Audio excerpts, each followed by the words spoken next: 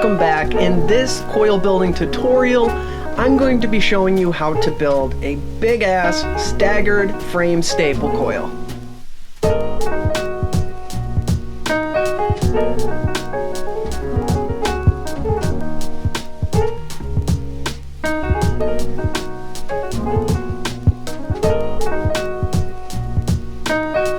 I'm Sherlock Holmes, and on this channel I do build tutorials, reviews, live shows, all kinds of stuff like that. So if you're new here, definitely hit that subscribe button. And as I said, we're building a staggered frame staple. I'm going to jump right into this. For this build, we're going to need 28 gauge. I'm going to be using Canthal. You can use whatever you want. 0.4 by 0.1 Canthal ribbon wire and 38 gauge Canthal for the outer wrap. For the staggering portion, I'm going to be using this little guy, and I'll show you up close what this is. I call it the staggerer. I have this available, and I also have this actual coil on my website, so make sure you check that out, sherlockholmes.com. Along with the staggerer, I'm going to be using my corded drill, and this is one of the keys to this build. This is a hand drill. This will make your life a million times easier. They're only like $10 on Amazon. And then of course I'm going to be using flush cuts and pliers. Another thing you absolutely need is your patience game on lock, because this can be a really frustrating coil. With this build, the prep is unbelievably important. We're going to start by prepping our frames.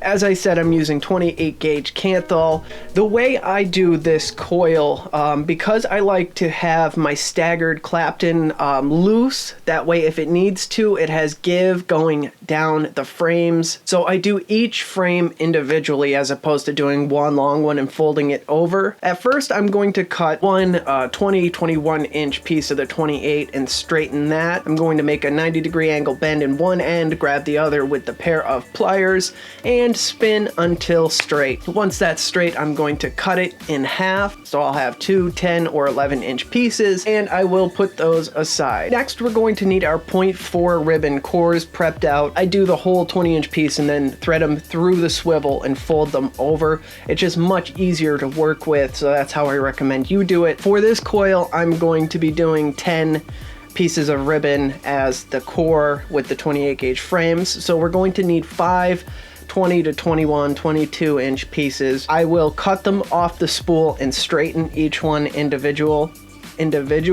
Now that's the bulk of our prep.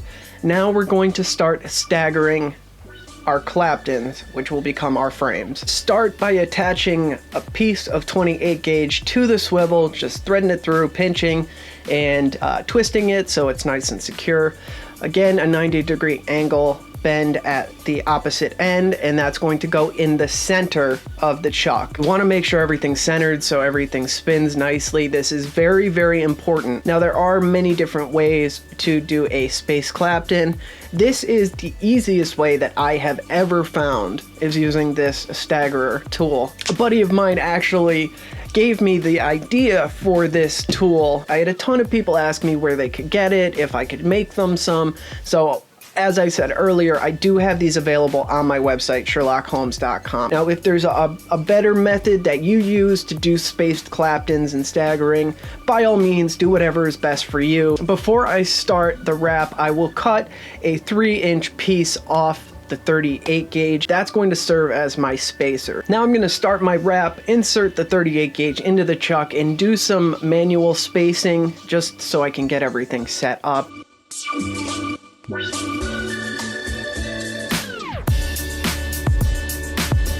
So I'm going to put the spool down on the table in a place where it's not going to go anywhere. Just set it up against something so it won't go rolling away or falling over. Holding the staggerer in my left hand, I have it underneath on the opposite side of my core, away from me. In my right hand, I take that spacing wire that we made and put it underneath the core wire and thread it through the hole of the staggerer. Pinching the staggerer and the spacing wire in my left hand, I put the two ends together and make a V. And all I do is pinch and twist until it's secure.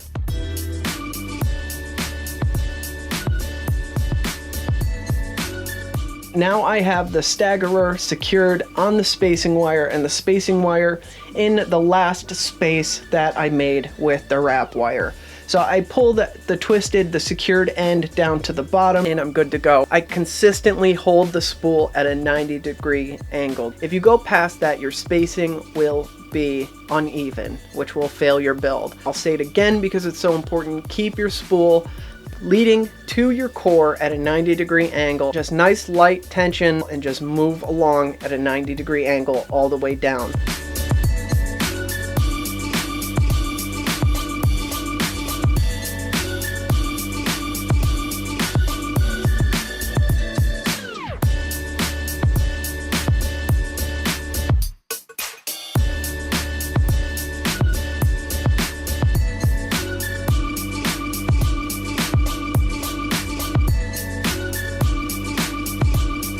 You want about an inch of unclapped 28 at the end for the spacing to move if it has to. I'm going to take that off the swivel, out of the chuck, and set that aside. Handle them very, very gently. You do not want to end up stretching these, and then repeat that process for the other frame. Once I have both of my frames made, it's time to start prepping the ribbon wire cores. You're going to take the 5 pieces of ribbon, and I set them in my hand, and I just kind of get them together.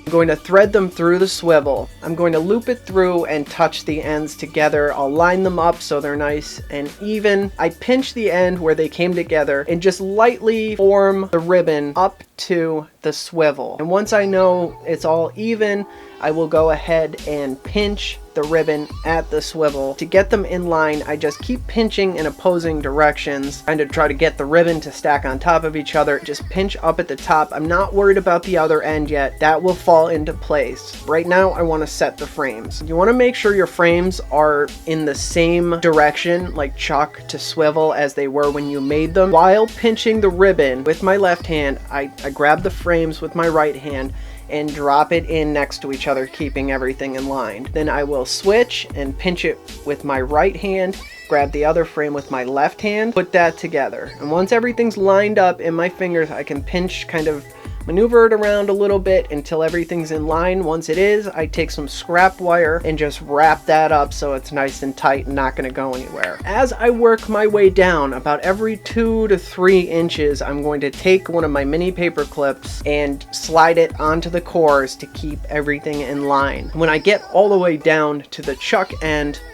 I'm going to take a piece of scrap wire and tie the end together. Our rod should be fairly secure at this point. So it's at this point where I'm going to switch out my corded drill for the hand drill. You have to be really careful loading your cores into the hand drill because it will spin as you're trying to set your cores. It takes a little getting used to. Once you get it, now we're ready to fuse everything together. So just go slow, back it up if you have to. Sometimes you might have to do diagonals as you're wrapping it. Like it might not be perfectly straight. That's okay. It should straighten out once you go to spin your coil, like once you go to wrap your actual coil. And as long as you did all your prep correctly and took your time, it should work really well.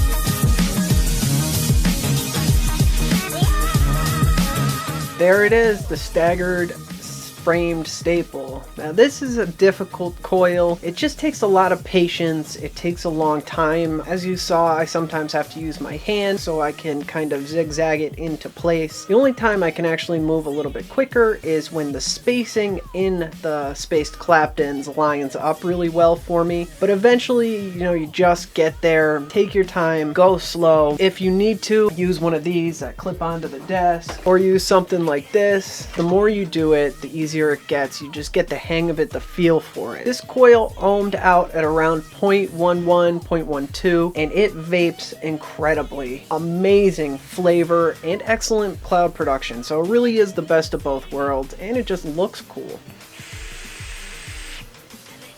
As always, guys, if you have any questions, leave them in the comments. I do my best to get back to you guys in the comment section. If you want to purchase this coil, I do have it available on my website, sherlockholmes.com. I also have the Staggerer and other build tools, other coils. If you'd like to help support this channel so I can keep doing videos like this, consider checking out my Patreon. It's a great way to help out, and there's some pretty cool rewards. If you like this video, give it a thumbs up. Don't forget to subscribe and hit the bell right next to the subscribe button so you get notified when I post new tutorials or go live. Thanks so much for watching, guys. I'm Sherlock Holmes, and I'll see you in the next video.